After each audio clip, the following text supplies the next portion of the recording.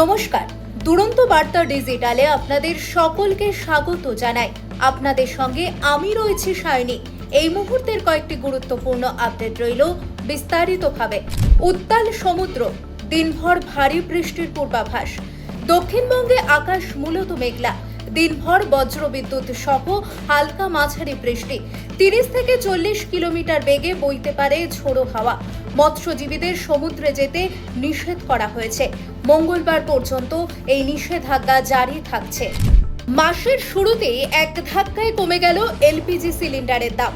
মাসের শুরুতেই সুখবর, কমল রান্নার গ্যাসের দাম। এক ধাক্কায় 58 টাকা ছাঁটাই করল কেন্দ্র।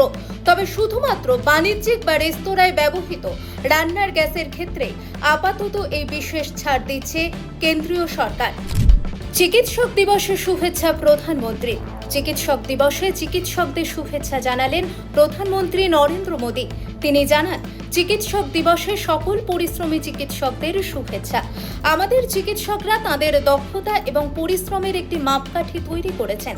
পাশাপাশি ভারতের স্বাস্থ্যসেবা পরিকাঠামো শক্তিশালী করার ক্ষেত্রে তাদের অবদান সত্যি ব্যতিক্রমী। পাটনা বিমানবন্দরে বোমা হামলার হুমকি, বাড়ল নিরাপত্তা। ফের বোমা হামলার হুমকি, এবার পাটনা বিমানবন্দরে। সোমবার রাতে হুমকি ইমেল আসে পাটনা বিমানবন্দরে। এরপরই নিরাপত্তা ব্যবস্থা জোরদার করা হয়েছে বলেই জানা গেছে। এই ব্যাপারে বিমানবন্দর থানায় একটি মামলা দায়ের করা হয়েছে। কসবা কাণ্ডে বিতর্কিত মন্তব্যে দুঃখ প্রকাশ। শোকজের জবাবে দলের কাছে ক্ষমা চাইলেন মদন মিত্র। কসবায় আইনের ছাত্রের গণধর্ষণের অভিযোগের পরিপ্রেক্ষিতে বিতর্কিত মন্তব্যের জন্য দুঃখ প্রকাশ করলেন তৃণমূল বিধায়ক মদন মিত্র। তার মন্তব্যের জেরে দলের ইমেজে কোনো ক্ষতি হলে তিনি ক্ষমা প্রার্থী।